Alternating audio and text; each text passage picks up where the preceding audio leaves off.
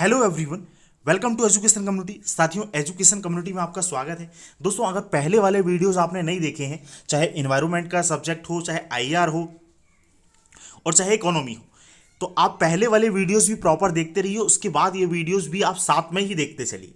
इस तरीके से आप पहले वाले भी करते चलेंगे तो बहुत सारी जगह ऐसा है कि वहाँ पे हमको कोई अगर कीवर्ड्स वगैरह आए तो उसके पीछे के बैकग्राउंड को समझना होता है। कोई कॉन्सेप्ट है तो उसके पीछे के बैकग्राउंड को समझना होता है। वो मैंने स्टार्टिंग के वीडियोस में किया हुआ है। अब जो है हमारा फोकस ज़्यादातर है जो करंट अफेयर्स के जो इसमें कवर किए गए हैं उस करंट अफेयर्स को कवर करें। तो चलिए हम स्टार्ट करते हैं।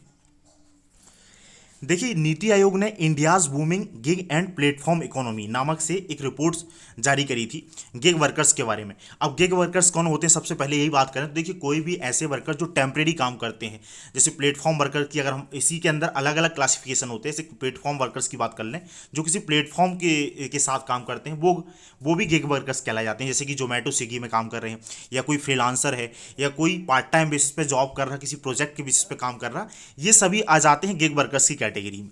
तो इसके लिए क्या है, नीति आयोग ने एक रेज फ्रेमवर्क प्रस्तावित किया था ताकि इनकी सोशल सिक्योरिटी को सुनिश्चित किया जा सके। इसमें अब रेज फ्रेमवर्क में क्या विस्तार से ये नहीं जानने का, केवल हमने ये जान लिया रेज फ्रेमवर्क। इसमें करना क्या था, रिकॉग्नाइज करना था जो लोग भी काम कर रहे हैं उनको, अलाउ, इनकॉर्पोरेट, सपोर्ट, इंश्योर, ये सब करना था। तो ये प्रीलिम्स के लिए ये फ्रेमवर्क जारी किया है। ये हो गया, बात हो गई। फिर सामाजिक, जो मैंने आपको बताया कि ये सामाजिक सुरक्षा संहिता, लेबर कोड को 4 अलग अलग कोड्स में डिवाइड किया गया था। उसमें जिससे जो सामाजिक सुरक्षा संहिता है उसके अकॉर्डिंग जो मैंने आपको बात बताई है उसी तरीके से इसको परिभाषित किया गया है कि नियोक्ता कर्मचारी संबंधों की पारंपरिक व्यवस्था के बाहर काम करता है या कार्य व्यवस्था में भाग लेता है और ऐसी गतिविधियों से आय अर्जित करता है कोई व्यक्ति, तो वो गिग वर्कर की श्रेणी में आ जाता है।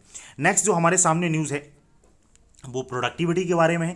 यहाँ पर क्या है, आरबीआई ने सेंटर फॉर डेवलपमेंट इकोनॉमिक्स के साथ मिलकर भारतीय उत्पादकता रिपोर्ट जारी करी है। रिपोर्ट में क्या है, बताया गया है कि भारत की उत्पादकता काफ़ी कम है। देखिए, वस्तुओं सेवाओं का आउटपुट और इनपुट का जो अनुपात होता है वही जो है प्रोडक्टिविटी कहलाती है। श्रम उत्पादकता या कुल कारक उत्पादकता जो है के रूप में भी इसको मापा जाता है। बस हो गई जा बात। ये रिपोर्ट किसने जारी करी की है, प्रोडक्टिविटी क्या होती है, हो गया काम। फिर टाइम बैंक की यहाँ पर बात करी गई है। अब देखिए, यहाँ पर टाइम बैंक में क्या न्यूज़ है कि टाइम बैंक महिलाओं के बीच सहकारिता के आधार पर समय साझा करने की व्यवस्था पर केंद्रित है। यहाँ पे क्या है, किसमें ये बोला है कि 1 घंटा एक मुश्त क्रेडिट के बराबर होता है। जैसे कि एक महिला है, उसको कोई काम में हेल्प चाहिए थी, उसने किसी दूसरी महिला की 1 घंटा हेल्प ली, तो समझो कि दूसरे वाली महिला जो है उसको एक मुश्त एक क्रेडिट बराबर उसको 1 क्रेडिट मिल गया है। अब जब दूसरी वाली महिला को काम की जरूरत पड़ेगी तो पहली वाली महिला की 1 घंटे काम में हेल्प ले लेगी। इस प्रकार से ये अवैतनिक गतिविधि के माध्यम से अवसर लागत के तौर पर देखा जाता है। कुल मिला के वेतन नहीं लिया जाता है और एक दूसरे की साझा हेल्प करी जाती है। यही है टाइम बैंक। फिर नेक्स्ट हमारे सामने जो न्यूज़ है वो राष्ट्रीय करियर सेवा पोर्टल के बारे में है। इसको क्या है, श्रम और रोजगार मंत्रालय का एक पोर्टल है। इसको 2015 में लॉन्च किया गया था और ये एक प्रकार का रोजगार प्लेटफॉर्म है। इसमें क्या होता है कि जिनको जॉब चाहिए, जिनको रोजगार चाहिए, वो लोग और जो लोग रोजगार देते हैं, दोनों को एक प्लेटफॉर्म पर लाया गया है। यही है नेशनल करियर सर्विस पोर्टल, या कि राष्ट्रीय करियर सेवा पोर्टल, और जो किसके द्वारा बनाया गया है, श्रम एवं रोजगार मंत्रालय के माध्यम से। और इसको क्या है, एनसीएस को क्या है, ई श्रम पोर्टल के माध्यम से भी लिंकेज किया गया है। जो अनौपचारिक क्षेत्र में काम करने वाले श्रमिक हैं, हमने ई श्रम पोर्टल के बारे में चीज़ें कवर कर ली हैं, तो आप वहाँ से देख लीजिए। उस पोर्टल को भी श्रम एवं रोजगार मंत्रालय के अधीन ही निर्मित किया गया है। फिर यहाँ पे क्या है, अटल न्यू इंडिया चैलेंज। अटल न्यू इंडिया चैलेंज जो है, अटल इनोवेशन मिशन ने अपने अटल न्यू इंडिया चैलेंज के कार्यक्रम के तहत महिला केंद्रित चुनौतियों का शुभारंभ किया है। देखिए, महिलाओं की क्या प्रॉब्लम्स हैं, उनको कैसे जीवन में बेहतरी कह सकती है, उस सेक्टर्स में क्या इनोवेशन हो सकता है, उसको लेके अटल इनोवेशन मिशन है, जो कि नीति आयोग का एक मिशन है। उसमें अटल न्यू इंडिया चैलेंज स्टार्ट किया गया है। अब है क्या, इसमें ये बोला गया है कि भाई इसमें एक अनुदान आधारित तंत्र के माध्यम से 1 करोड़ रुपए तक की धनराशि प्रोवाइड की जाएगी। ग्रांट के बेस पे 1 करोड़ रुपए तक की राशि मिल सकती है। कोई भी कंपनी जो कंपनी अधिनियम के तहत निर्मित की गई है और उद्योग संवर्धन और आंतरिक व्यापार विभाग द्वारा मान्यता प्राप्त स्टार्टअप में पंजीकृत कोई भी कंपनी, अगर वो ऐसा काम करती है कि वुमेन्स की प्रॉब्लम सॉल्व हो, इस सेक्टर में काम करती है, तो उसको 1 करोड़ रुपए तक ग्रांट के तौर पे दिए जाएंगे। और ये जो है पूरा जो है ऊपर मैंने बता दिया कि अटल न्यू इंडिया चैलेंज के तहत किया जा रहा है, जो कि अटल इनोवेशन मिशन के द्वारा स्टार्ट किया गया है। फिर आगे बढ़ जाएं तो देखिए, एक सेतु पहल है। ये किसकी पहल है? देखिए, अब कोई भी इनिशिएटिव आता है, कोई भी पहल, आपको ये देखना है किसने स्टार्ट किया है, पर्पस क्या है, कुछ आउटकम है क्या, मेजर आउटकम है क्या, उसका उद्देश्य वगैरह क्या है, या कोई रिलेवेंट अथॉरिटी वगैरह है, ऐसे कुछ कीवर्ड कीवर्ड टाइप की चीज़ें देखनी है, और किस सेक्टर में काम करी उससे पता चल जाता है। बाकी क्या है, यहाँ पे औपचारिक शब्दावली होती है तो उसको पढ़ने में काफ़ी डिफिकल्टी हो जाएगी। है क्या कि जो ministry of commerce and industry है उसकी एक पहल है सेतु पहल। इसके माध्यम से क्या किया जाता है कि भारत के स्टार्टअप्स को अमेरिका में स्थित निवेशकों और स्टार्टअप इकोसिस्टम के जो लीडर्स हैं इनको आपस में मिलाया जाता है, ताकि इनको मेंटरशिप वगैरह मिल सके, फाइनेंस वगैरह मिल सके, और ये अपने कार्यक्रम को और आगे बढ़ा सकें। तो इसका कार्यक्रम का नाम है सेतु। अब इसी के अंडर में क्या है कि स्टार्टअप इंडिया की एक पहल है, स्टार्टअप इंडिया का एक और इनिशिएटिव था मार्क करके। मार्क का मतलब mentorship, advisory, assistant, resilience and growth कार्यक्रम के तहत मेंटरशिप पोर्टल के माध्यम से हितधारकों के मध्य एक अंतर की आपस में उनको जोड़ा जाएगा, और पोर्टल में स्टार्टअप के लिए सिंगल विंडो समाधान खोज करता। यह पोर्टल जो है, मार्ग वाली पोर्टल की हमने बात करी, स्टार्टअप के लिए सिंगल स्टॉप समाधान खोज करता है, ये काम करता है। ये भी आ जाता है स्टार्टअप इंडिया के द्वारा स्टार्ट किया गया है। और सेतु पहल की हमने बात कर ली, सेतु पहल का क्या उद्देश्य है, किसकी पहल है, हो गया काम।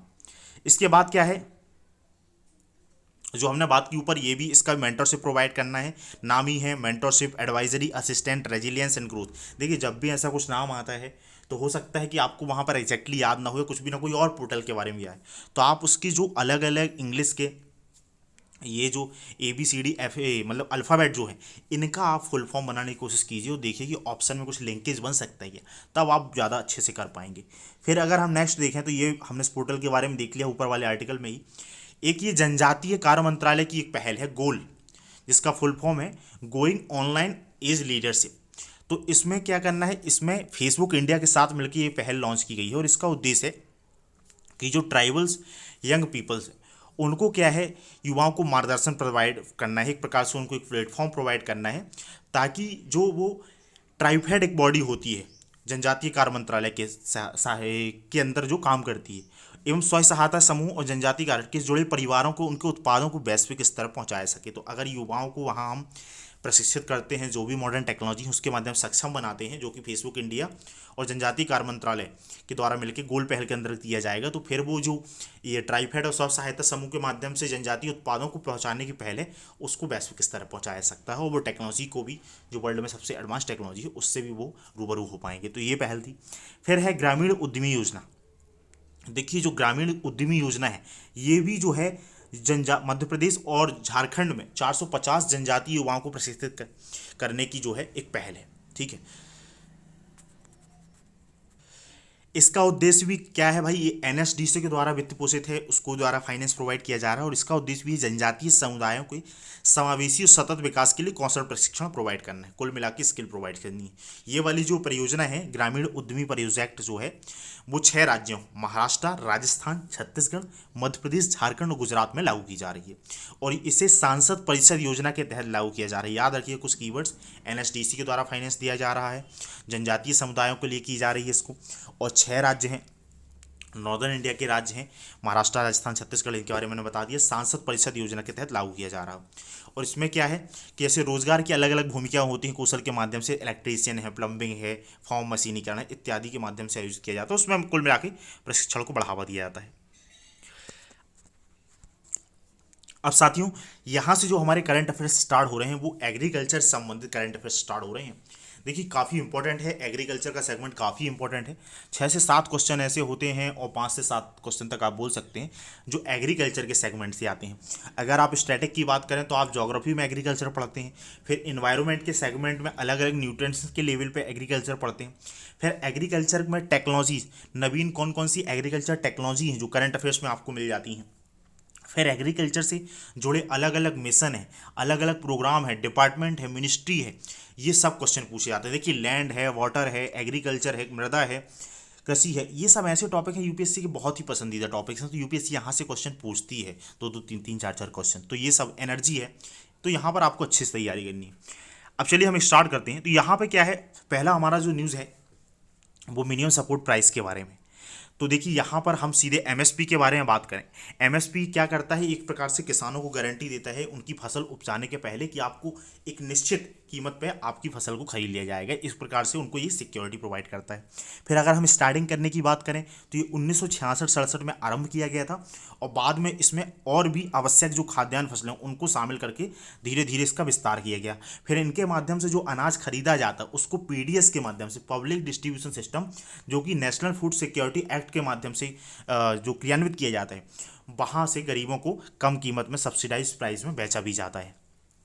ये जो एमएसपी के माध्यम से क्या होता है, किसानों को जो अगर उनकी फसलों की क्वालिटी में कुछ अंतर आ जाता है, हालांकि वो क्वालिटी का एक पैरामीटर चेक किया जाता है, नहीं तो मिलावटखोरी बहुत हो जाती है। तो जो अनिश्चितता आती थी मानसून की जानकारी और जानकारी के अभाव, मार्केट की जानकारी के अभाव में, देखिए इनके लिए तो अब पहले बेहतर हो चुकी हैं, लेकिन अभी वो किसानों के सपोर्ट का एक मैकेनिज्म बन गया है, सपोर्ट का मैकेनिज्म, और अभी हमारे यहाँ पर किसानों की ज़रूरत है उनके लिए आवश्यक हो भी जाता है। फिर यहाँ पर एमएसपी के अंतर्गत जो फसलें आती हैं उनके बारे में अगर हम बात करें तो देखिए जो अनाज फसलें हैं उसमें कौन कौन सी, धान है, गेहूँ है, मक्का है, बाजरा है, ज्वार है, रागी और जौ है। आपको ये बताना है ये जो भी मैं फसल बता रहा हूँ उसमें से कौन कौन सी रबी की फसल है और कौन कौन सी खरीफ की फसल है। दलहन के बारे में बात करें, चना दाल है, अरहर या तुअर दाल है, उड़द, मूंग और मसूर दाल है। फिर अगर हम तिलहन की बात करें तो रैपसीड, सरसों, मूंगफली, सोयाबीन, सूरजमुखी, तिल, कुसुम, नाइजर सीड, रामतिल इत्यादि शामिल हैं। और जो कैश क्रॉप्स की बात करें, कॉमर्शियल क्रॉप्स की, तो देखिए याद रखिएगा इसमें कपास है, गन्ना है, खोपरा है, कच्चा जूट, इनको भी एमएसपी के दायरे में ये आती हैं। कपास, गन्ना, खोपरा, कच्चा जूट, याद रखिएगा। फिर आगे बढ़ जाएं, देखिए ये जो प्राइस का निर्धारण किया जाता है उसके लिए एक सीएसीपी है, ठीक है, सीएसीपी के द्वारा निर्धारण किया जाता है। तो जब कोई भी किसान फसल उगाता है तो कुछ उत्पादन लागत उठानी पड़ती है, तो उनको क्या है, ये जो एमएसपी किया जाता है तो उसमें ये तीन अक्सर जो लागतों की बात न्यूज़ में रहती है। एक जैसे A2 है, तो इसके अंतर्गत क्या होता है, किसानों के द्वारा जो बीज की लागत है, उर्वरक की लागत है, रसायनों, श्रम, ईंधन, सिंचाई आदि पर किए गए सभी नकद, देखिए श्रम पर भी, यानी कि जो वो पैसे देते हैं, मजदूर वगैरह रखते हो, उन सब की भी लागत, जितनी भी लागत है, सभी नगद और अन्य व्यय को इसमें शामिल किया जाता है, तो वो A2 कहला जाता है। फिर A2+FL, तो इसमें क्या हो जाता है, दूसरा इसके अंदर वास्तविक लागत और अवैतनिक पारिवारिक श्रम का एक निर्धारित मूल्य शामिल किया जाता है। यानी कि जो हमने A2 में बात करी, और FL में क्या है, जो फैमिली लेबर है जिसका कोई मूल्य नहीं होता है लेकिन वो लगे होते हैं लोग काम करने में, तो वो भी फिक्स किया जाता है A2+FL। एक C2 भी कॉस्ट होती है, जब ये जो मेज़र किया जाता है, और ज़्यादातर किसानों की मांग रहती है कि हमको C2 कॉस्ट मिलनी चाहिए। अभी C2 के हिसाब से जो एमएसपी निर्धारित नहीं किया जाता हालांकि। तो इसमें क्या है, A2+FL में किसानों की स्वामित्व वाली भूमि और अचल संपत्ति, किराए तथा ब्याज को शामिल किया जाता है। देखिए अगर C2 है तो C2 में क्या है कि जो भी लैंड है, कोई किसान के पास 2 एकड़ ज़मीन, तो उसकी जो लागत है, किराया है, उसको भी शामिल करके पैसा दिया जाना चाहिए।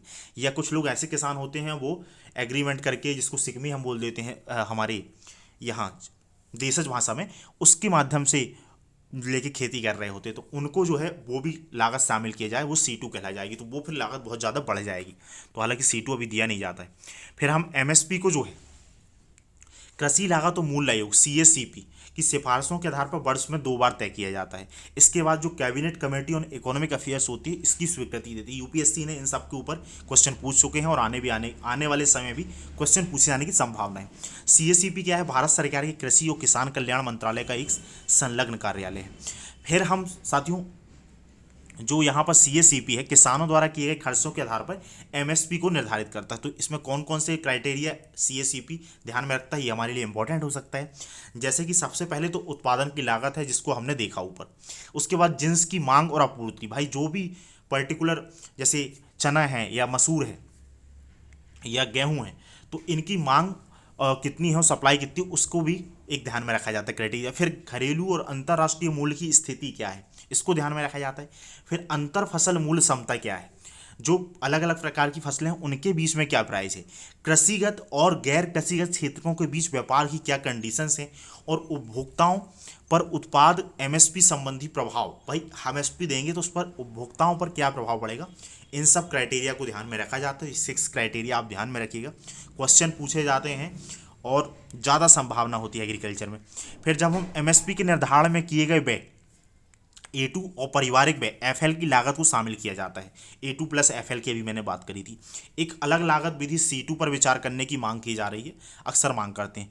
राष्ट्रीय किसान आयोग जो है, स्वामीनाथन समिति की अध्यक्षता में जो बनाया गया था राष्ट्रीय किसान आयोग, उसने भी सिफारिश की थी कि एमएसपी को भारित औसत उत्पादन लागत से कम 50% अधिक निर्धारण किया जाना चाहिए। ना केवल वो लागत के आधार पर भुगतान किया जाना चाहिए, बल्कि उसको 50% अधिक भुगतान किया जाना चाहिए। ये जो है राष्ट्रीय किसान आयोग ने सिफारिश करी थी। फिर साथियों हम आगे बढ़ जाएं यहाँ पर, तो ये है मूल स्थिरीकरण कोष, प्राइस स्टेबलाइजेशन फंड। अब ये फंड जो है वो कृषि सहकारिता और किसान कल्याण विभाग जो है उसके तहत स्थापित किया गया था 2014-15 में। इसमें क्या था कि जो भी वस्तुएं हैं, खाद्य वस्तु जो भी खाद्यान्न वस्तु, उनके दाम अगर बहुत ज़्यादा बढ़ जाते हैं, उनके लिए एक स्ट्रैटेजिक बफर बनाए जाने की बात करी थी। और आवश्यकता पड़ने पर उसमें बोला गया था कि दाल है, प्याज है और आलू है, ऐसी कम्युनिटी की आपूर्ति की जाएगी, यानी कि उनका जो है खरीदा जाएगा और रणनीतिक बफर बनाया जाएगा, आवश्यकता पड़ने पर फिर उसकी सप्लाई की जाएगी। तो ये क्यों बनाया गया था भाई ये फंड? क्या है कि कीमतों में जो उतार चढ़ाव होता है उसको विनियमित किया जा सके, क्योंकि महंगाई बहुत ज़्यादा बढ़ जाती है और ये वस्तुएं ऐसी होती हैं इनके कारण महंगाई बिल्कुल तेज़ी से परिलक्षित होती है, और जमाखोरी और जो सौदेबाजी होती है उसमें कमी की जा सके। इसके माध्यम से ये भी था कि किसानों, किसान संघों, खेत मंडी पर भी प्रत्यक्ष खरीद को बढ़ावा दिया जाए, ताकि उनको उपज का वास्तविक लाभ मिले और ज़्यादा से ज़्यादा लाभ मिले। एक अच्छी चीज़ और हमारे यहाँ पर की गई है एग्रीकल्चर सेक्टर में साथियों, नैनो यूरिया डेवलप किया गया है। ये इफ़को ने डेवलप किया है। तो नैनो यूरिया की अगर हम बात करें सबसे पहले, तो ये क्या है, एक पेटेंट प्राप्त रासायनिक नाइट्रोजन उर्वरक है। जो यूरिया होता है वो नाइट्रोजन की आपूर्ति के लिए किया जाता है। NH4 जो है यूरिया, जो अमोनिया, सॉरी मैंने अमोनिया के बारे में बताया, लेकिन जो यूरिया होता है वो नाइट्रोजन मेजर उर्वरक है एक प्रकार का। तो इसमें क्या है, 20 से 50 नैनोमीटर के नाइट्रोजन कण होते हैं। अब देखिए जब हम बायोटेक्नोलॉजी कवर करेंगे तब वहाँ पे मैं आपको सॉरी साइंस एंड टेक्नोलॉजी, तब मैं वहाँ पर आपको नैनो पार्टिकल्स के बारे में बताऊंगा। वो 1 मीटर का करीब 1 अरबवा हिस्सा होता है। तो वो नैनो उस लेवल पे जाके जो है 20 से 50 नैनोमीटर के नैनो नाइट्रोजन कण जो है इसमें बनाए जाते हैं, निर्मित किए गए हैं। ये जो है एक प्रकार से इसको पेटेंट मिला हुआ है। तो ये चीज़ हो गई। फिर नैनो यूरिया की पोषक तत्व उपयोग क्षमता 80% अधिक है। अभी पेड़ जो उपयोग करते हैं, जो पारंपरिक हमारा यूरिया है, फिर नीम कोटेड यूरिया भी आया था। जब नीम कोटेड यूरिया आया तो यूपीएससी ने उसके ऊपर भी क्वेश्चन पूछा था, इसके ऊपर भी संभावना बन जाती है। और ये जो पारंपरिक जो यूरिया लिया था उसकी क्षमता केवल 30 से 50% का ही पेड़ उपयोग कर पाते हैं, लेकिन ये वाला जो यूरिया है उसका 80% जो है पेड़ उपयोग कर लेते हैं। फिर नैनो यूरिया की पोषक तत्व क्षमता जो है काफ़ी अधिक है। इसका कारण ये है कि नैनो यूरिया में सतह द्रव्यमान अनुपात, सरफेस मास रेशो जो है अधिक होता है। कुल मिला के क्या है, इसके बहुत ही छोटे पार्टिकल्स होंगे, तो ये एग्जैक्टली जाके जो है जो नीड है प्लांट्स की उसको फुलफिल करेगा। तो ये जो है इसमें ये विशेषताएं शामिल होती हैं। और फसल जो प्रोडक्टिविटी को 8% तक ये बढ़ा सकता है। फायदे की बात करें तो भाई अधिक फसल उपज होगी, इससे किसानों की आय में वृद्धि होगी, बेहतर खाद्य गुणवत्ता जो है सुनिश्चित होगी, रासायनिक उर्वरकों के उपयोग में भी कमी आएगी, पर्यावरण अनुकूलन होगा, परिवहन और भंडारण में भी आसानी हो। और कुल मिला के जब यहाँ पर रासायनिक उर्वरक के उपयोग में कमी आएगी तो जो हम विदेशों से आयात पर निर्भर हैं वो उर्वरक में हमारी जो निर्भरता है वो कम होगी।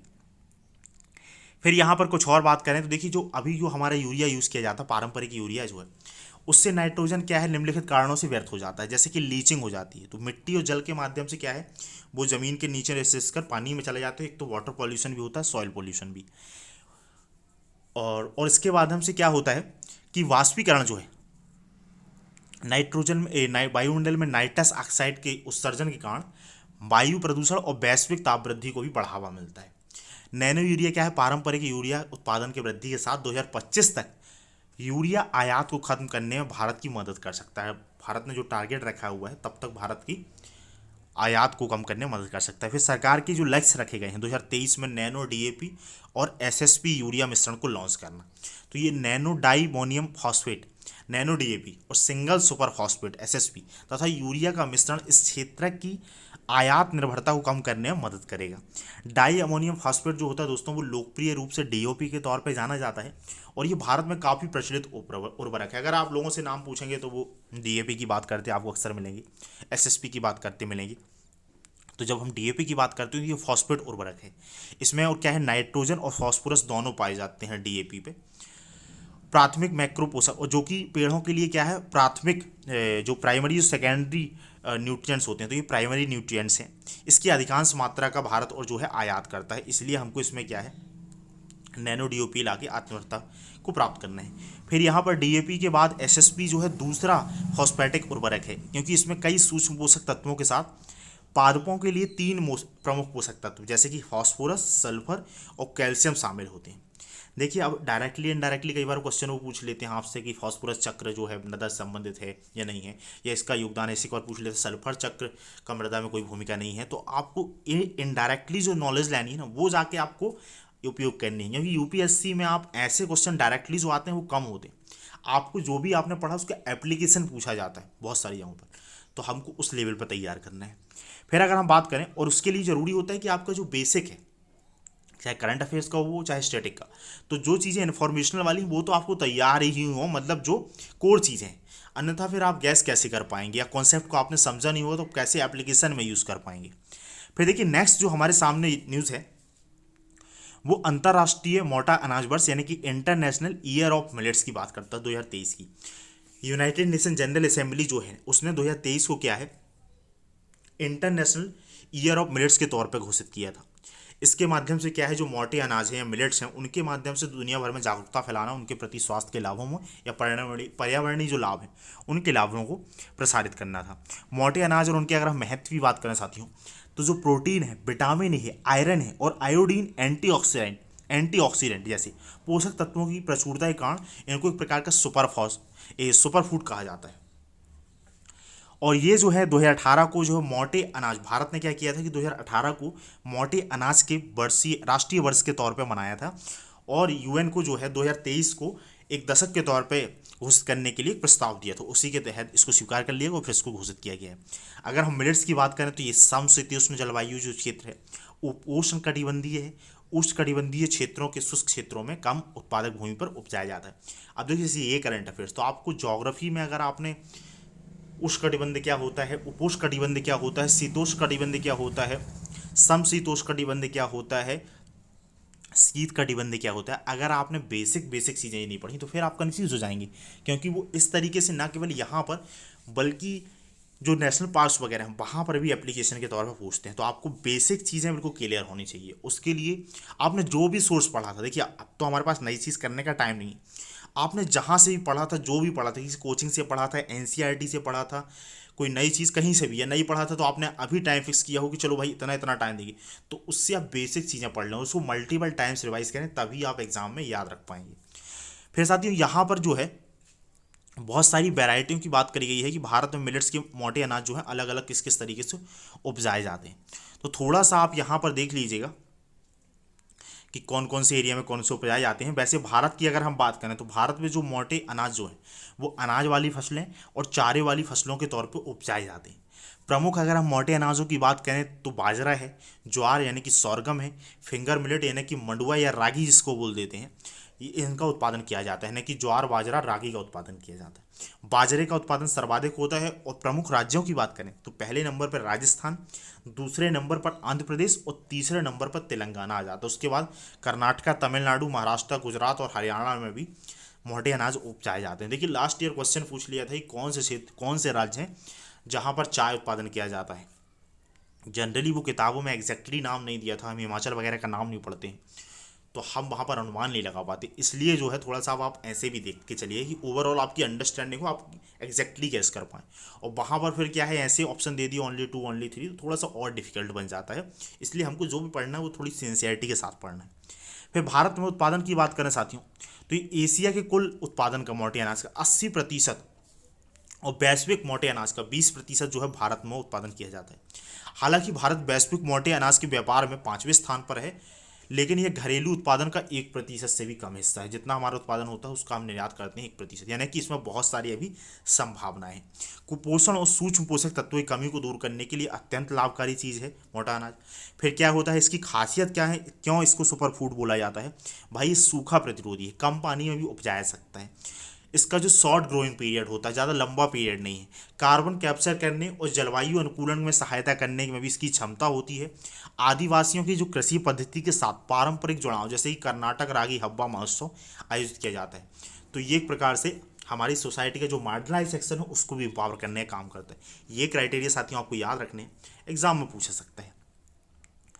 फिर मोटे अनाज के लिए कौन कौन सी पहलें स्टार्ट करी गई हैं? देखिए नीति आयोग और वर्ल्ड फूड प्रोग्राम ने मिलकर इंडिया ने नीति आयोग और वर्ल्ड फूड प्रोग्राम इंडिया, ये जो वर्ल्ड फूड प्रोग्राम का इंडिया की जो डिवीजन है उसने और नीति आयोग ने मिलकर एशिया और अफ्रीका में मोटे अनाज के लिए mapping and exchange of good practices start करी है। मोटे अनाज को क्या है, पोषक अनाज के तौर पर सूचित किया गया है और पोषण अभियान के तहत भी मोटे अनाज को हमने शामिल किया है। फिर क्या किया साथियों, हमने जो एपीडा है उसने क्या है वित्त वर्ष 2026 तक 2000 करोड़ रुपए के मूल्य के मोटे अनाज निर्यात करने की योजना बनाई है और इसे कम से कम 100 देशों को मूल्य वर्धित और प्रसंस्कृत जैविक मोटे अनाज के उत्पादों का निर्यात करके हासिल किया जाएगा। फिर हम यहाँ पर एपीडा की बात करें तो ये एक प्रकार की स्टैट्यूटरी बॉडी है, संवैधानिक निकाय है। इसको कृषि और खाद्य प्रसंस्करण कृषि और प्रसंस्कृत जो खाद्य उत्पाद हैं उनके निर्यात और विकास के लिए स्थापित किया गया था, 1985 में स्थापित किया गया। फिर ये किस मिनिस्ट्री के अंतर्गत आती है, तो वाणिज्य और उद्योग मंत्रालय के अंतर्गत ये एक ऑटोनोमस बॉडी है। फिर इसकी भूमिका क्या है, तो भाई एपेडा जो है वो कृषि उत्पादों के निर्यात को बढ़ावा देने के लिए, बुनियादी ढांचे और गुणवत्ता में सुधार करने के लिए काम करता है। कुल मिला के हम ज़्यादा से ज़्यादा हमारा निर्यात हो इस सेक्टर में, इसके लिए काम करता है और जो भी आवश्यक ज़रूरतें हैं उनको मुहैया कराई जाए इस सेक्टर के लिए। फिर क्या है, यहाँ पर हमारे पास चावल और धान की खेती संबंध आर्टिकल है साथियों। देखिए यहाँ पर क्या है, बहुत सारी यहाँ मैंने अंडरलाइन नहीं किया है, तो जो भी चीज़ें डार्क ब्लैक में हैं तो आप जब भी रिवीजन करें, अगर आप उससे पढ़ रहे हैं 365 से, तो आप वहाँ से कर लें, अदरवाइज फिर वीडियो ही आप 3-4 बार सुन लें। देखिए यहाँ पे न्यूज़ क्या है कि उत्तर भारत के जो अग्रणी चावल उत्पादक राज्य हैं यूपी, बिहार, झारखंड और पश्चिम बंगाल में मानसून वर्षा कम होने से 15 जुलाई 2022 तक न्यूज़ ये है, धान के उपज पिछले वर्ष समय अवधि जून से मध्य जुलाई की तुलना में 17.4% कम था। कुल मिला के जो टेम्परेचर में जो क्लाइमेट चेंज की वजह से जो हमारा यहाँ पे क्या है कम वर्षा उत्पादन कम हुआ, उसके बारे में बात करी जा रही है। तो देखिए अगर धान की खेती के लिए सबसे पहले हम यहाँ पर कौन कौन से जलवायुवीय और भौगोलिक जो मानदंड होते हैं उसके बारे में अगर हम बात करें तो यहाँ पे क्या है, धान की खेती जो है खरीफ की फसल, धान जो है खरीफ की फसल है, इसकी खेती के लिए उच्च तापमान 21 डिग्री सेल्सियस से 37 डिग्री सेल्सियस तक उच्च तापमान के साथ उच्च आर्द्रता, लंबे समय तक धूप और सिंचाई वर्षा जल 100 सेंटीमीटर से ऊपर की सुनिश्चित आपूर्ति की आवश्यकता होती है। ये क्राइटेरिया होनी चाहिए, उच्च हाई टेम्परेचर होनी चाहिए, हाई ह्यूमिडिटी होनी चाहिए, लंबे समय तक धूप होनी चाहिए और सिंचाई या वर्षा का जल जो है करीब 100 सेंटीमीटर से अधिक होनी चाहिए। फिर इसकी जो चावल की खेती है दोस्तों, वो जलोढ़ मृदा में इसकी सबसे अच्छी वृद्धि होती है, यानी कि नदियों के आसपास की जो मृदा होती है, यह मृदा खेतों में पानी को रोके रखने में क्योंकि सहायक होती है। फिर भारत में उत्पादन की बात करें तो भारत चीन के बाद दुनिया का दूसरा सबसे बड़ा चावल उत्पादक देश है और भारत की दुनिया के चावल उत्पादन में लगभग 40% की हिस्सेदारी के साथ दुनिया का सबसे बड़ा वैश्विक जो निर्यातक है चावल का, वो भारत है। यूपीएससी ने क्वेश्चन ही पूछा है दोस्तों, हम जो जिन टॉपिक्स के बारे में कह रहे हैं 2-3 बार, अगर पिछले आप 20 से 25 साल के PYQ करेंगे तो पिछले 2-3 बार सवाल इसमें पूछा गया है इतने सालों के अंतराल में, इसलिए सभी टॉपिक्स हमारे लिए काफ़ी इंपॉर्टेंट हैं। फिर इसके उत्पादन में थोड़ी सी बहुत कमी होने के बाद भी भारत का चावल आयात जो है शायद ये भी करते हैं, यानी कि हम मोस्टली निर्यात ही करते हैं। फिर जो अलग अलग मेथड अपनाई जाती हैं दोस्तों, एक ट्रांसप्लांटेशन होती है कि पहले आप वो लगाइए प्रॉपर जो है सीड तैयार कीजिए, प्लांटेशन तैयार कीजिए, फिर ट्रांसप्लांट कीजिए पेड़ों में, खेतों में लगाइए। उसके बाद क्या है, ड्रिलिंग पद्धति है, डायरेक्ट सीडेड पद्धति है कि भाई डायरेक्ट छिड़काव कर दूँ। फिर श्री पद्धति या सिस्टम ऑफ राइस इंटेंसिफिकेशन है। अब ये श्री पद्धति में क्या होता है, धान के पौधों, मृदा, जल और पोषक तत्वों के प्रबंधन में बदलाव लाकर विशेष रूप से अधिक जड़ वृद्धि को प्राप्त करके सिंचित चावल की उत्पादकता बढ़ाने की पद्धति है। देखिए कुल मिला के जो इरीगेटेड चावल है उसमें जो हमारे जो भी रिसोर्सेज लगते हैं चावल उत्पादन में, जैसे कि जो प्लांट्स है, भी सीड है, फिर मृदा है, जल है, पोषक तत्व, इनके प्रबंधन को बेहतर करके उत्पादन बढ़ाना के लक्ष्य जो है हम ज़्यादा प्रोडक्शन ले पाते हैं, ये श्री पद्धति या SRI पद्धति है।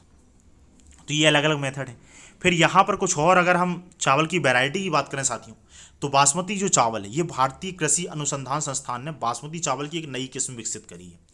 तो क्या है, ये जो नई किस्म विकसित की गई है इसमें क्या है, धान के 2 सामान्य रोगों, एक जीवाणु और एक कवक संबंधी, यानी कि एक बैक्टीरिया से जो होता है और एक फंगस से, तथा शाकनाशियों के विरुद्ध एक प्रतिरोधी है, उसने रेजिस्टेंस है, वो उसको नुकसान नहीं पहुंचा सकते।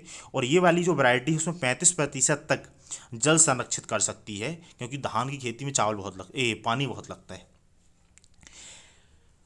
उसके बाद क्या है कि इसमें जो है धान की फसल की वृद्धि के लिए चावल की प्रत्यक्ष बीज रोपण विधि का उपयोग किया जाता है। ऐसे राज्य जिन्हें बासमती के लिए भौगोलिक संकेतक दर्जा प्राप्त किया है। देखिए दोस्तों, जो बासमती राइस है, जिसकी खुशबू काफ़ी अच्छी होती है और टेस्टी भी होता है, ये अलग अलग राज्यों में उगाया जाता है। तो इसके लिए अलग अलग राज्यों को जो है जीआई टैग दिया गया है। जैसे जम्मू कश्मीर के चुनिंदा जिलों के लिए, हिमाचल प्रदेश है, पंजाब, हरियाणा, दिल्ली, उत्तर प्रदेश और उत्तराखंड के लिए। फिर दोस्तों चीन ने क्या किया है, एक ऐसी वैरायटी विकसित करी है धान की, चावल की बोल दें, चावल की जो वैरायटी, चावल की किस्म बोल दें, कि उससे क्या है वर्ष भर फसल ले सकती है, वर्ष भर फसल ली सकती है और उसको हर बार रोपने की ज़रूरत नहीं पड़ती है। मजबूत जड़ों वाले इस पौधे में प्रत्येक कटाई के बाद स्वतः तेज़ी से उगाते हैं। इस तरीके से वैरायटी की एक बार फसल काट लो, वो फिर से स्वतः उगाएगा। एक प्रकार से जैसे बड़े प्लांट्स होते हैं उस तरीके की इनने कुछ जीन वगैरह इसमें डाल के ट्रांसफ़र किया होगा, कोई वैरायटी डेवलप करी है। तो इससे क्या है, 4 वर्षों में लगातार 8 उपज ये दे सकती है, यानी कि एक बार आप लगा दो 4 वर्षों तक 8 उपज आप इससे प्राप्त कर सकते हो। फिर ये क्या है कि जो चावल की पारंपरिक बारहमासी जो किस्म की खेती के लिए एक से इसमें जो आवश्यकता होती है उसकी अपेक्षा में क्या है, इसकी कुछ प्रॉब्लम्स भी हैं। जैसे क्या है, ये बारहमासी किस्म की खेती के लिए एक से अधिक बार आपको शाकनाशी उपाय की ज़रूरत करनी पड़ती है, क्योंकि वो शाकनाशी के लिए आपको बार बार ज़रूरत पड़ेगी। हालांकि ये भी है कि अब भाई बारहमासी होना है और एक ही बार लगा के 8 बार फ़ायदा लेना है, तो थोड़ा सा उसमें लागत तो बढ़ ही जाएगी, लेकिन फ़ायदा भी होगा। फिर बारहमासी जो किस्म है किसी वजह से उपज नहीं अगर दे पाती है तो उसे फिर से बोने के लिए अधिक प्रयास भी करने पड़ते हैं। ये कुछ शॉर्टकम है, लेकिन आपको ये ध्यान रखना है कि PR23 क्या है। तो ये चाइना के द्वारा चावल की एक वैरायटी विकसित की गई है। फिर दोस्तों हमारे सामने क्या है कि एक और जो नई किस्म है काला नमक चावल की। काला नमक चावल ये जो है भारतीय कृषि अनुसंधान ने चावल की 2 नई बौनी किस्मों को सफलतापूर्वक विकसित किया है। एक का नाम है पूसा नरेंद्र काला नमक 1638 और पूसा नरेंद्र काला नमक 1652। देखिए अब ये नाम ही से तो पूछ लेंगे तो फिर वो समझ में आ जाएगा, लेकिन पूछ सकते हैं कि भाई ये वैरायटी किसकी है। तो ये चावल की नई वैरायटी है। इसका फ़ायदा ये है कि ये लॉजिंग की समस्या का समाधान करती हैं। अभी लॉजिंग क्या होता है, अक्सर अगर आप ग्रामीण पृष्ठभूमि से हैं या अगर आप खेतों के पास से निकलेंगे तो आप देखेंगे जब तक फसलें बड़ी होती हैं कई बार तो वो पूरी की पूरी फसल गिर जाती है। कहने का मतलब जो तना होता है उसका टूट जाता है। वो 2 वजह से होता है, या तो जलभराव की वजह से हो सकता है या तेज़ हवा के कारण ऐसा हो सकता है। तो ये प्रक्रिया जो है लॉजिंग लॉजिंग कहला जाती है। तो इसको रोकने का ये काम करती हैं काला नमक चावल की जो वैरायटी हैं। फिर ये काला नमक चावल को क्या है, बुद्ध चावल के तौर पे भी जाना जाता है। काला नमक एक सुगंधित, एक असामान्य काले भूसी के साथ बेहतरीन और छोटे दाने वाला चावलों में से एक है, यानी कि इसकी क्वालिटी गुणवत्ता भी सब कुछ अच्छा है। फायदा क्या है और इसका, ये आयरन और जिंक जैसे सूक्ष्म पोषक तत्वों से भरपूर है और चावल की यह किस्म अल्जाइमर को रोकने में मदद कर सकती है। तो थोड़ा सा याद रखिएगा, आयरन और जिंक पोषक तत्व और अल्जाइमर को रोकने में मदद कर सकती है। वर्ष 2013 में इसे भौगोलिक संकेतक का दर्जा भी प्रदान किया गया था। अभी हमने दोस्तों ऊपर एक देखा था PR23 जो चाइना की वैरायटी थी। एक और वैरायटी है DRR60, DRR धान 60। तो ये भी किसके द्वारा विकसित करी गई है, ये भारतीय चावल अनुसंधान संस्थान के द्वारा ये विकसित की गई है। इसका फायदा ये है कि ये 30% तक कम फास्फोरस की आवश्यकता होगी इसमें। और DRR जो है वो धान के 60 देश में कम फास्फोरस आवश्यकता वाली चावल की पहली किस्म है। देखिए आपको ये ध्यान रखना है कि भाई इसमें कम जो है फॉस्फोरस की आवश्यकता होती है। अब जो कि क्या है, फॉस्फोरस होता है वो एक प्रमुख सूक्ष्म पोषक तत्व है, कोशिकाओं के भीतर ऊर्जा भंडारण और स्थानांतरण के लिए जिम्मेदार होता है, इसलिए चावल के लिए इंपॉर्टेंट है। लेकिन और ये फास्फोरस की बात करें साथियों हम, तो क्या है ये पौधों में जड़ के विकास में तेजी लाने में मदद करता है। साथ ही ये अधिक नाइट्रोजन ग्रहण की सुविधा भी प्रदान करता है। इससे अधिक प्रोटीन युक्त उपज प्राप्त होती है, क्योंकि देखिए नाइट्रोजन अगर पर्याप्त मात्रा में होगा तो उससे प्रोटीन भी पर्याप्त मात्रा में बनेगा, यानी कि ज़्यादा हमारे लिए प्रोटीन का हम सेवन उसके माध्यम से कर सकते हैं। फिर भारत में गन्ने के उत्पादन के बारे में बात करें साथियों, तो देखिए यहाँ पर शुगर कैन प्रोड्यूस एरियाज दिखाए गए हैं मैप में। सबसे पहले तो आप ये देख लीजिए, तो उत्तर प्रदेश है, हरियाणा और पंजाब है। उसके बाद उत्तरी मध्य प्रदेश का कुछ हिस्सा भी दिखाया गया है। ऐसे तो कहीं पर भी उत्पादन हो सकता है, लेकिन मेजर स्टेट ये है। फिर असम का एरिया है और यहाँ पर गुजरात का दक्षिणी एरिया है, महाराष्ट्र जो है, कर्नाटका का एरिया है और उत्तरी तमिलनाडु आंध्र प्रदेश के नीचे का हिस्सा है। तो ये अगर हम गन्ने की खेती के लिए बारे में बात करें तो साथियों क्या है कि भारत दुनिया में चीनी के दूसरे सबसे बड़े निर्यातक के रूप में उभरा है। पहले नंबर पर ब्राज़ील, उसके बाद भारत दूसरे नंबर पे है। इसमें लगभग 40,000 करोड़ रुपए की विदेशी मुद्रा हमने अर्जित करी है निर्यात करके। फिर क्या है कि अगर गन्ने की खेती के लिए हम जलवायु कंडीशन की बात करें तो गन्ने की खेती के लिए हमको 21 डिग्री सेल्सियस से 27 डिग्री सेल्सियस के बीच औसत तापमान के साथ गर्म और आर्द्र जलवायु की आवश्यकता होती है। देखिए आप पहले क्या है ज्योग्राफी को समझिए, उसके बाद जो है ये अलग अलग टेम्परेचर वगैरह आपको याद रखने की जरूरत नहीं पड़ेगी, आप गैस कर लें कि हाँ भाई इस एरिया में होगा, इस टेम्परेचर में होगा। फिर गन्ने की खेती के लिए अगर हम सिंचाई की बात करें तो 75 सेंटीमीटर से 150 सेंटीमीटर तक की वर्षा अनुकूल मानी जाती है।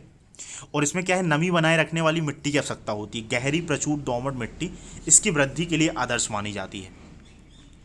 गन्ना उत्पादन में राज्य स्तरीय बदलाव की अगर हम बात करें तो यहाँ पे क्या है कि पहले जो उत्तर के राज्य, एनएसओ का हालिया की रिपोर्ट कहती है कि 2011 से लेकर 2020 तक उत्तर के राज्यों में 42% की वृद्धि हुई है, दक्षिण के राज्यों में 32% की गिरावट आई है। तो आपको ये याद रखना है कि उत्तर के राज्यों में गन्ना उत्पादन बढ़ा है पिछले एक दशक में और साउथ में कम हुआ है। फिर इसके बाद जो है इस अवधि में दक्षिण भारत के 5 राज्यों में गन्ने के समग्र उत्पादन मूल्य में भी गिरावट आई है। इसमें आंध्र प्रदेश, कर्नाटक, तेलंगाना, तमिलनाडु, महाराष्ट्र शामिल है साउथ के राज्यों में, गन्ना उत्पादक राज्यों में। फिर इन राज्यों में क्या है महाराष्ट्र ने 5 साल के अंतराल के बाद भारत के शीर्ष चीनी उत्पादक के तौर पे अपना स्थान फिर से हासिल कर लिया है और उत्तर प्रदेश को पीछे छोड़ दिया है। पहले 5 साल तक महाराष्ट्र था, फिर उत्तर प्रदेश नंबर 1 पे आ गया, फिर से महाराष्ट्र आ गया गन्ना उत्पादन के मामले में। उत्तर प्रदेश में गिरावट की बात करें तो उत्तर प्रदेश में जो गिरावट है ये क्या है कि जो गन्ना है उसका एथेनॉल उत्पादन के लिए उपयोग किया जा रहा है। फिर क्या है पूर्वी उत्तर प्रदेश के निचले इलाकों में अतिवृष्टि और जलभराव हुई फसलों के जलभराव के कारण जो है फसल का नुकसान हुआ। इसकी वजह से अधिकांश क्षेत्र में क्या है गन्ने की एक ही किस्म अर्थात CO0238 की खेती की जाती है और यह जो वैरायटी है इसमें क्या है रेड रॉट फंगल डिसीज से ग्रसित हो जाता है, इसकी वजह से नुकसान होता है गन्ने में। तो ये कुछ पॉइंट्स याद रखिएगा। फिर यहाँ पे क्या है गन्ना उत्पादन के लिए दक्षिणी राज्यों को प्राथमिकता क्यों दी गई है तो इसकी वजह है क्या है दक्षिण में जो मिल लगाई गई हैं वो क्या है वो आधुनिक हैं और मॉडर्न टेक्नोलॉजी का उपयोग करती हैं उत्तर की अपेक्षा। फिर यहाँ पे क्या है चीनी के संचय के लिए अनुकूल परिस्थितियाँ हैं और भारत के उत्तरी भागों की जलोढ़ मिट्टी की तुलना में इस क्षेत्र की काली मिट्टी जो है वो अधिक उपजाऊ है गन्ने के लिए। फिर इस क्षेत्र की अक्षांशीय स्थिति भी इसको फायदा मुहैया कराती है। स्वच्छ आकाश के साथ ठंडी रातें हैं और कई घंटों की धूप की जो उपलब्धता है वो इसके लिए ज़्यादा जो है फायदेमंद हो जाती है। फिर कपास की खेती की बात करें साथियों तो है क्या कि सरकार ने कुछ प्रकार की जीनोम संशोधित जो फसलें हैं उनको आनुवांशिक रूप से संशोधित या जीएम फसलों पर लागू कठोर विनियमों में छूट दी है। देखिए है क्या कि जीएम यानी कि जेनेटिकली मॉडिफाइड जो क्रॉप्स हैं उनके बारे में हमने इसके ऊपर पहले भी एक आर्टिकल हालांकि कवर किया हुआ है, हम बाद में भी करेंगे। तो जेनेटिकली मॉडिफाइड जो मॉडिफिकेशन जो होता है इसमें क्या होता है कि जो कोई भी वैरायटी है जैसे अगर हम एग्रीकल्चर में जीएम क्रॉप्स की बात करें तो इनके जीनोम में कुछ मॉडिफिकेशन किया जाता है। तो उसके बारे में मैं आपको बायोटेक्नोलॉजी में विस्तार से बताऊंगा। फिलहाल जो है आप ये समझ लीजिए कि धागे समान जो संरचना होती है क्रोमोसोम के अंदर उनके में जो डीएनए होता है उसमें जो चेंजेस किया जाता है उसमें कुछ मॉडिफाइड किया जाता है ताकि फसलों में जो उनको प्रतिरोध करने वाले जो कीट पतंगे हैं या कुछ भी ऐसी जो चीज़ें हैं जो नुकसान पहुंचा रही हैं तो उनके प्रति रेजिस्टेंस पैदा किया सके और हम ज़्यादा उत्पादन ले सकें, उत्पादन भी बढ़ाया जा सकता है। तो ये कहला जाती हैं जीएम क्रॉप्स। तो इसमें क्या है जीएम की अलग अलग श्रेणियां हैं संशोधित एडिट की प्रकृति के आधार पर इस प्रक्रिया को 3 श्रेणियों में बांटा गया। SDN1 है side directed nucleus 1, SDN2, SDN3। तो ये कई बार पूछ लेते हैं SDN1 क्या है, SDN2 क्या है, किससे संबंधित, ऐसे सिंपली क्वेश्चन आते हैं तो आपको ध्यान में रखना है। फिर क्या है कि जो जेनेटिकली जो क्रॉप्स होती हैं मॉडिफाइड जो क्रॉप्स होती हैं उनको जो विनियमन करने का काम है वो एक कमेटी बनाई गई है। एक है जेनेटिक इंजीनियरिंग मूल्यांकन समिति कमेटी। ये क्या है ये environment forest and climate change मंत्रालय के अंतर्गत एक स्टैट्यूटरी बॉडी है जो पर्यावरण संरक्षण अधिनियम 1986 के तहत बनाई गई है। तो ये इसको कंट्रोल करने का काम करती है, बस आप ये ध्यान रखिएगा। फिर बीटी कपास जो है हमारे यहाँ पे क्या है बीटी कपास एक मात्र ऐसी वैरायटी है जिसको क्या है अभी तक स्वीकृति दी गई है। तो यह देश में वाणिज्यिक खेती के लिए GEC द्वारा अनुमति प्राप्त एकमात्र जीएम फसल है। और जो हमने अनुमति दी है उसमें बीटी कपास में BG1 और BG2 जो है 2 वैरायटी। तो इसमें क्या है हरियाणा सरकार ने जो BG2 RRF का फील्ड ट्रायल करने के लिए अनापत्ति NOC जारी किया है और यह बीटी कपास की एक शाकनाशी सहिष्णु और कीट प्रतिरोधी किस्म है। इसमें क्या है ये अमेरिकी बॉलवर्म जैसे विनाशक कीटों के प्रति भी सुरक्षा प्रदान कर सकती है। कपास के बारे में अगर हम बात करें तो कपास क्या है खरीफ की फसल है। दक्कन के पठार की काली मिट्टी जो कपास के लिए उपयुक्त मानी जाती है। इस मिट्टी की जल धारण क्षमता अधिक होती है इसलिए जो है इसे कई बार काली कपास की मिट्टी के तौर पर भी कहा जाता है यानी कि काफ़ी लाभदायक होती है। जलवायु परिस्थितियों की बात करें तो वार्षिक तापमान जो है 20 से 28 डिग्री सेल्सियस होना चाहिए। वर्षा जो है 55 से 110 सेंटीमीटर और न्यूनतम 180 पाला रहित दिवस। देखिए याद रखिए इसके ऊपर क्वेश्चन पूछा गया है तो ऐसे कई बार वो आपको स्टोरी बना के दे देंगे, इसमें इतना टेम्परेचर लगता है, इतने दिन होते हैं, तो 180 पाला रहित दिवस की आवश्यकता पड़ती है। वो जो है कपास के बारे में बात करी जा रही है।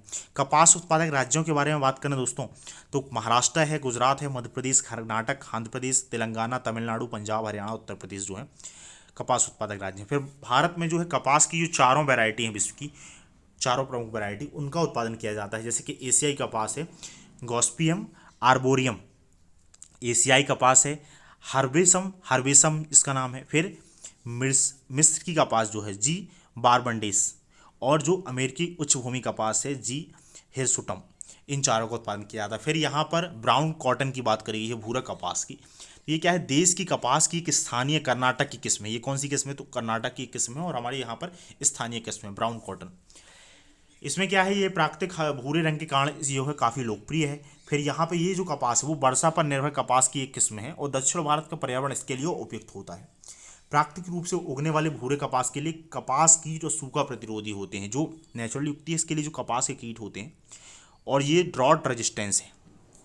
फिर इसके बाद क्या है कि नंगाई की पूरी प्रक्रिया समाप्त हो जाती है भूरे कपास के मामले में, अर्थात इसमें क्या है, डाई का प्रयोग सीमित होता है और जल का कम उपयोग होता है, साथ ही अपशिष्ट जल कम मात्रा में उत्पन्न होता है, इसलिए एक प्रकार से ये इकोनॉमिकली भी जो है फायदेमंद है और पर्यावरण के दृष्टिकोण से भी। फिर इसका फैब्रिक जो होता है वो गैर एलर्जी प्रकृति का होता है। कई बार क्या होता है, कपास की जो अलग अलग वैरायटी होती है उसमें कुछ लोगों को एलर्जी भी हो जाती है, या कुछ और भी एग्रीकल्चर क्रॉप्स हैं, पॉलिनेशन वगैरह में भी जो लोग कुछ लोग काम करते हैं या लैब में काम करते हैं, उनको भी जो है एलर्जी होती है। तो उसके लिए क्या है, सूर्य से आने वाली पराबैंगनी अल्ट्रावायलेट जो किरणों से सुरक्षा प्रदान करने का विशेष गुण इसमें होता है। फिर आगे अगर हम बढ़ जाएं तो पिंक बॉलवर्म की बात करी गई है यहाँ पर इससे संबंध में। पिंक बॉलवर्म क्या है, ये क्या है, कपास के ऊपर एक प्रकार से बॉलवर्म, एक प्रकार के कीट का अटैक हो जाता है, एक प्रकार की कीट है जो नुकसान पहुंचाती है। तो हाल ही में क्या है, पंजाब हरियाणा में कपास फसल के चक्र को आरंभिक चरण में पिंक बॉलवर्म संक्रमण की सूचना प्राप्त हुई। अगर हम पिंक बॉलवर्म की बात करें तो ये पैक्टिकोनाफोरा गॉसिपियाला एक कीट है, एक प्रकार का कपास के कीट के तौर पे भी इसको हम जानते हैं, और पूर्वी हिंद महासागर का ये क्षेत्र का एक स्थानिक जीव है। ये क्या है, वयस्क मादा पीडब्ल्यूडी कॉटन बॉल्स पर अंडे देती हैं, और फिर ये अंडे से निकले जो नए लार्वा हैं वो बीजों को खाते हैं और कपास के रेशों को नुकसान पहुंचाते हैं। इससे उपज की गुणवत्ता जो है कम हो जाती है, खराब हो जाती है। प्रथम पीढ़ी के जो पीवीडब्ल्यू होते हैं वो ट्रांसजेनिक बीटी कपास व कीटनाशकों के प्रति प्रतिरोध विसर्जित भी करते हैं। फिर देखिए जो नेक्स्ट न्यूज़ हमारे सामने है वो DMH11 के बारे में है। देखिए PR23 है, DRR60 है, DMH11 है, पिंक बॉलवर्म है, ऐसे नाम है, कीवर्ड्स, इनको थोड़ा सा आप ध्यान रखिए। बहुत ज़्यादा डिटेल में तो हमको नहीं पढ़ना है, क्योंकि नहीं तो फिर हम याद नहीं रख पाएंगे। हमको ये ऊपर ऊपर से तो एटलीस्ट आइडिया रहे क्या चीज़ है, किस चीज़ के लिए उपयोग किए जाते हैं, कोई फर्टिलाइजर तो नहीं है, कोई नई वैरायटी तो नहीं है, कोई नई कीट तो नहीं है, क्या है, ऐसे क्वेश्चन यूपीएससी पूछ लेता है। तो जब हम पढ़ ही रहे हैं तो अगर हमने उसको किया है तो हमसे बन जाए, तभी तो हमारा वो कार्यक्रम सफल होगा, उद्देश्य जो हमारे पढ़ने सफल हो पाएगा। तो ये क्या है, ये जो GM सरसों की DMH11 का विकास जो है वार्नेज वॉरेस्टर प्रणाली के माध्यम से किया गया है, और इसको क्या है, सरकार ने पर्यावरणीय रिलीज की मंजूरी दी है। ये हाइब्रिड बीजों की एक उत्पादन प्रणाली है। तो वार्नेज वॉरेस्टर प्रणाली किससे संबंधित है, तो ये हाइब्रिड बीजों की एक उत्पादन प्रणाली है। इसका उपयोग क्या है, स्वपरागित सेल्फ पॉलिनेटेड फसलों में किया जाता है। इसमें फसल की उपज और इसके अनुकूलन में वृद्धि होती है, और इस प्रक्रिया को हाइब्रिड विगर या हेटेरोसिस के रूप में जाना जाता है। देखिए ये पूरी लाइनों को जो जो कीवर्ड्स हैं, ब्लैक डार्क जो वर्ड्स जो हाईलाइट किए गए हैं यहाँ पर, जो डार्क ब्लैक में है, तो उनको आप ध्यान रखिएगा। फिर इसमें क्या है, बैसिलस एमाइलोलिफिकेंस नामक मृदा में पाए जाने वाले जीवाणुओं से अलग किए गए 2 बाहरी जीन शामिल हैं। तो देखिए इसमें DMH11 में क्या है, मृदा में जो पाए जाने वाले जीवाणु हैं बैसिलस एमाइलोलिफिकेशन, उससे संबंधित कुछ जो जीवाणु इसमें शामिल किए गए हैं, ये भी अपने को ध्यान में रखना है। दिल्ली विश्वविद्यालय के centre for genetic manipulation of crop plants ने इसको विकसित किया है। तो दिल्ली विश्वविद्यालय के संस्थान ने विकसित किया है, ये ध्यान रखना है। फिर इसमें क्या है कि सरसों की जो पूर्वी यूरोपीय किस्म है अर्ली हीरा 2 म्यूटेंट वार्स्टर, और भारतीय किस्म वरुण वर्नाज लाइन के माध्यम क्रॉस ब्रीडिंग के माध्यम से इसको विकसित किया गया है। धारा मस्टर्ड हाइब्रिड 11 जो है, DMH का मतलब धारा मस्टर्ड हाइब्रिड 11 ने राष्ट्रीय चेक वरुण की तुलना में लगभग 28% और क्षेत्रीय चेक्स RL 1359 की तुलना में 37% ज़्यादा उपज प्रदान करी है। जैक्स जो है किसी भी क्षेत्र में सरसों की किस्मों का सूचक होता है। आमतौर पर नई किस्मों की व्यावसायिक खेती की अनुमति देने पहले यह साबित करना होता है कि यह पुरानी किस्म से अधिक उपज देती है, तभी जो उसको अनुमति दी जाती है। अन्यथा नई किस्म का हमको विकसित करने का क्या मतलब निकलेगा। फिर यहाँ पे क्या है, खेती के लिए भोजन और चारे के लिए भी सुरक्षित है, जिससे गैर ट्रांसजेनिक फसलों की और मधुमक्खियों को समान आकर्षण देखा गया है। अन्यथा क्या है कि अगर वो प्राकृतिक प्रक्रिया का नुकसान करेंगी तो फिर हम उसको विकसित ही क्यों करेंगे, डेवलप ही क्यों करेंगे। साथियों, नेक्स्ट जो हमारे सामने न्यूज़ है वो जूट की खेती से संबंधित है। देखिए यहाँ पर जो है जूट के मामले में बोला गया है कि भारत का जूट उत्पादन जो है 2021-22 में घटकर 1.77 मिलियन टन रह जाता है। नंबर याद तो नहीं है, लेकिन ये अनुमान लगाया है कि जूट उत्पादन है वो कम हो जाएगा। इसके बाद में बोला गया है कि भाई जूट की खेती के तहत औसत क्षेत्र में भी भारत में गिरावट हो रही है। अब अगर हम जूट सेक्टर की बात करें तो भारत दुनिया में कच्चे जूट का सबसे बड़ा उत्पादक है। इसके बाद बांग्लादेश और चीन का स्थान आता है। हालांकि जब हम निर्यात की बात करते हैं तो भारत का हिस्सा वैश्विक जूट निर्यात में सिर्फ 7% है, जबकि बांग्लादेश का हिस्सा लगभग 75% है। कुल मिलाकर क्या है, हम ज़्यादातर जो जूट उत्पादन कर रहे हैं, यानी कि हम उपयोग ही कर ले रहे हैं, तभी तो हमारा निर्यात कम हो रहा है। फिर जूट और जूट उद्योग के बारे में अगर हम बात करें तो जूट क्या है, एक नकदी फसल है, क्रैश क्रॉप्स है। अक्सर जो आपने देखे होंगे कि जो जूट के बैग्स होते हैं, अगर आप कोई भी अनाज वगैरह खरीदने जाते हैं या एफसीआई में जो बैग यूज़ करता है वो ज़्यादातर जूट के बैग्स उपयोग किए जाते हैं। तो ये एक नकदी फसल है, वो जो जूट होता है उससे ये बैग्स वगैरह बनाए जाते हैं। इसको सुनहरा रेशा या गोल्डन फाइबर भी कहा जाता है। एक प्रकार का लंबा, मुलायम और चमकदार प्राकृतिक रेशा होता है। एक प्रकार से आजकल क्या है, इसके जो पारंपरिक खादी टाइप की कुछ थे वो भी उसको ही प्रमोट किया जा रहा है। तो छोटे छोटे भी आप मार्केट में बैग्स देखेंगे वो जूट के बैग्स आजकल मिलने लगे हैं, थोड़ा क्रिएटिव और इनोवेटिव तरीके से जो बनाए जाते हैं। फिर उत्पादन के क्षेत्र की बात करें अगर हम, तो पश्चिम बंगाल, उड़ीसा, असम, मेघालय और त्रिपुरा में जो है जूट उगाया जाता है। साथियों, इसमें कुछ मैप में भी कुछ और जो हैं राज्यों के बारे में बताया गया है। जैसे कि देखिए सबसे ज़्यादा इसमें वेस्ट बंगाल दिखा रहा है जूट प्रोडक्शन मिलियन टन्स में 2017-18 में। उसके बाद क्या है, बिहार का नंबर है, फिर उड़ीसा का नंबर है, फिर असम का नंबर, उसके बाद आंध्र प्रदेश आ जाता है, और अन्य जो राज्य हैं अरुणाचल प्रदेश, नागालैंड, मणिपुर, त्रिपुरा और मेघालय, इनमें भी जूट का उत्पादन होता है। फिर हमने ये देख लिया उत्पादन के क्षेत्र के बारे में, हमने देख लिया। जलवायु परिस्थितियों की बात करें तो इसमें 24 से लेकर 38 डिग्री सेल्सियस के बीच तापमान और आर्द्र जलवायु, इसके साथ ही आर्द्र जलवायु की आवश्यकता होती है। फिर गंगा डेल्टा अपनी उपजाऊ जलोढ़ मिट्टी और अनुकूल तापमान 25 से 30 डिग्री सेल्सियस के कारण जूट की खेती के लिए उपयुक्त माना जाता है। और इसलिए जूट जो है, जो गंगा का जो डेल्टा होता है, ये जो पश्चिमी क्षेत्र है भारत का, उस रीजन में होता भी है। फिर न्यूनतम आवश्यक वर्षा इसमें जो है 1000 मिलीमीटर है। राष्ट्रीय जूट बोर्ड की बात करें तो 2008 में इसको स्थापित किया गया था, और ये एक स्टैट्यूटरी बॉडी है। जूट उद्योग के मामले में कुल मिला के भारत को अग्रणी बनाना है, किफ़ायती कीमतों पर अच्छी गुणवत्ता वाले जूट के सामान का उत्पादन करने को सक्षम बनाना है, और घरेलू और अंतर्राष्ट्रीय बाजार तक पहुंच बनाने में हमारे उत्पादकों को सक्षम बनाना है। ये सब कार्यक्रम जो है जूट बोर्ड के द्वारा आ जाते हैं। और R&D के इस सेक्टर में जो R&D है उसको ही बढ़ावा जो है राष्ट्रीय जूट बोर्ड देता है। ये जो बोर्ड है ये वस्त्र मंत्रालय के अधीन आता है। याद रखिएगा, ज़्यादातर जो बोर्ड्स होते हैं इस चीज़ को बढ़ाने वाले वो मिनिस्ट्री ऑफ कॉमर्स के दायरे में आती हैं। जो एग्रीकल्चर के दायरे में आएंगे वो एग्रीकल्चर में, लेकिन ये जो बोर्ड है ये मिनिस्ट्री ऑफ जो कपड़ा मंत्रालय है उसके अधीन आ जाता है, मिनिस्ट्री ऑफ टेक्सटाइल में। फिर वस्त्र मंत्रालय के जो प्रभारी सचिव होते हैं वो इसके बोर्ड के पदेन अध्यक्ष होते हैं। अगर हम जूट की बात करें साथियों कि जूट उद्योग के प्रमोशन के लिए कौन कौन सी पहलें करी गई हैं, तो जूट के थैलों और बोरियों में अनिवार्य पैकेजिंग को बनाया गया है कि भाई 100% जो खाद्यान्न है और लगभग 20% जो चीनी है वो जूट की बोरियों में पैक करना अनिवार्य किया गया है। गोल्डन फाइबर क्रांति स्टार्ट करी गई थी। एक जूट मार्क इंडिया लोगो जारी किया गया है जूट उत्पादों की प्रामाणिकता के लिए। जो प्रत्येक जूट मार्क का लेवल होता है उसमें एक विशिष्ट QR कोड होता है। इसके माध्यम से क्या है, आप स्कैन करके पता लगा सकते हैं किसने इसका उत्पादन किया है, किसने बनाया। तो उसके माध्यम से क्या है, इस सेक्टर में जो प्रोड्यूसर हैं उनको फायदा मिलेगा। फिर इसी क्या है, प्रमाणित बीजों को उपयोग करने और वैज्ञानिक तकनीक अपनाने के लिए जूट आई केयर इनिशिएटिव भी स्टार्ट किया गया था। फिर जूट की बोरी खरीद के लिए स्मार्ट प्लेटफॉर्म है। अगर जूट स्मार्ट जो है एक प्लेटफॉर्म है जहाँ से आप जूट की बोरियाँ खरीद सकते हैं। फिर क्या है, कॉफ़ी संवर्धन और विकास विधेयक 2022 के एक मसौदा आया है, और ये क्या करता है, एक एक्ट बनाने के लिए भी बिल आया हुआ है। तो तो हालांकि अभी ये बना नहीं है तो मसौदा के तौर पे, लेकिन हमारे लिए कॉफ़ी से संबंधित जो भी जानकारी है वो इम्पोर्टेंट हो जाती है। सबसे पहले अगर हम इसकी बात करें, ये जो मसौदा है जब ये एक्ट बन जाएगा तो ये कॉफ़ी अधिनियम 1942 की जगह लेगा, जो कि अभी 80 साल पुराना अधिनियम है। कॉफ़ी बोर्ड की बात करें तो देखिए इसके ऊपर क्वेश्चन लास्ट ईयर आया भी। जो इसका हेडक्वार्टर जो है वो बेंगलोर में है, बेंगलुरु में है। उद्देश्यों की बात करें तो वही है, जैसे जूट उत्पादन के लिए जो काम करने थे वही जो ये काम जो कॉफ़ी सेक्टर में काम करेगा। फिर क्या है, ये कॉफ़ी बोर्ड जो है अब एक सलाहकार की भूमिका निभाता है, फिर भी निर्यातकों के लिए इससे एक प्रमाण पत्र प्राप्त करना आवश्यक होता है। अगर कोई भी निर्यात करना चाहता है तो इससे जो है उसको एक प्रकार से सर्टिफिकेट लेना पड़ेगा।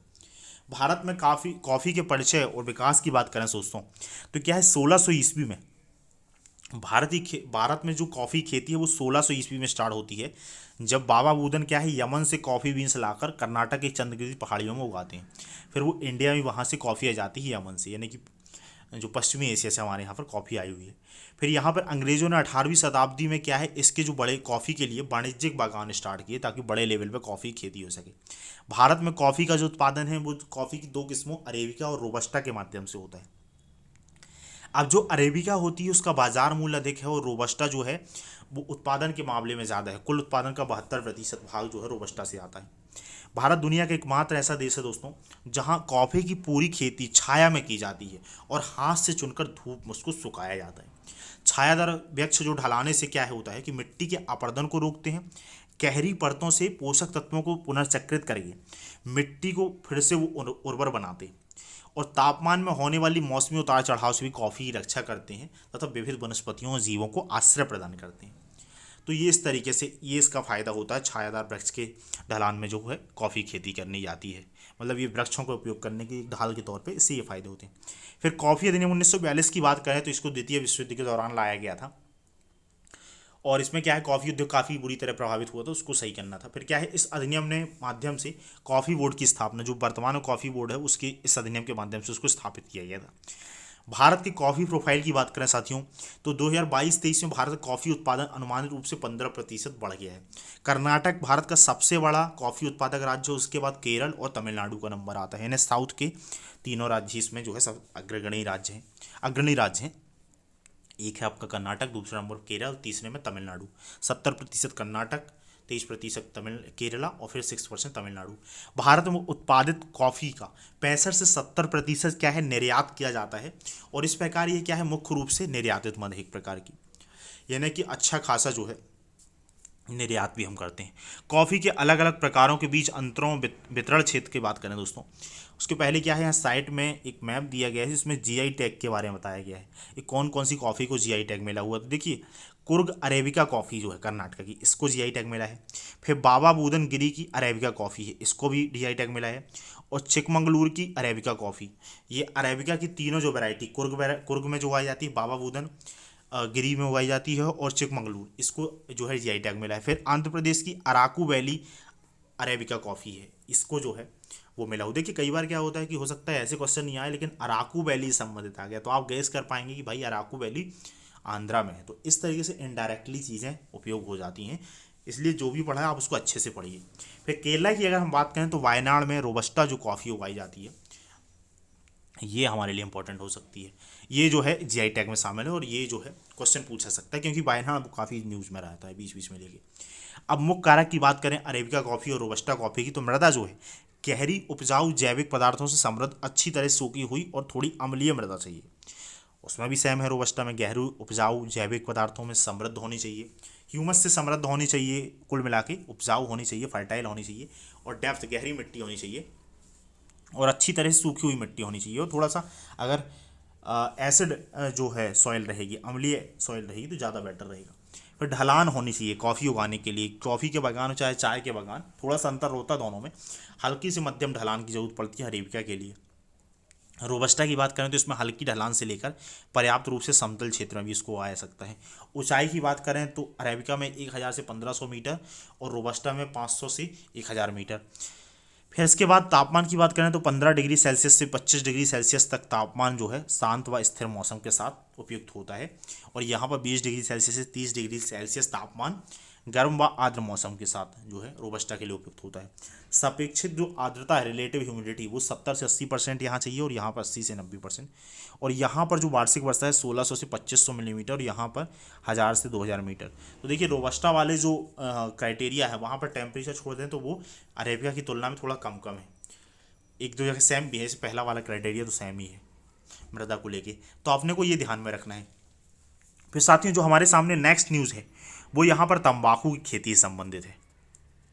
देखिए अब टाइम थोड़ा सा ज़्यादा हो गया है अभी यहाँ पर, तो मैं अभी इसको यहाँ ही पर स्टॉप करता हूँ। बाकी हमारा प्रयास होगा कि जो है, मैं डेली बोलता हूँ हालांकि, कि हमारा प्रयास होगा कि हम उसको बढ़ाएं। थोड़ा सा क्या है, टाइम की लिमिट होती है, तो अभी हमारे ऊपर ऐसी कोई वैसी तो बाध्यता नहीं है। हमारा जो 4 का टारगेट है हम उसको मंथ के एंड तक ख़त्म कर लेंगे और मेरी कोशिश होगी फिर हम बाद में भी जो बच जाते हैं उन चीज़ों को कवर करें।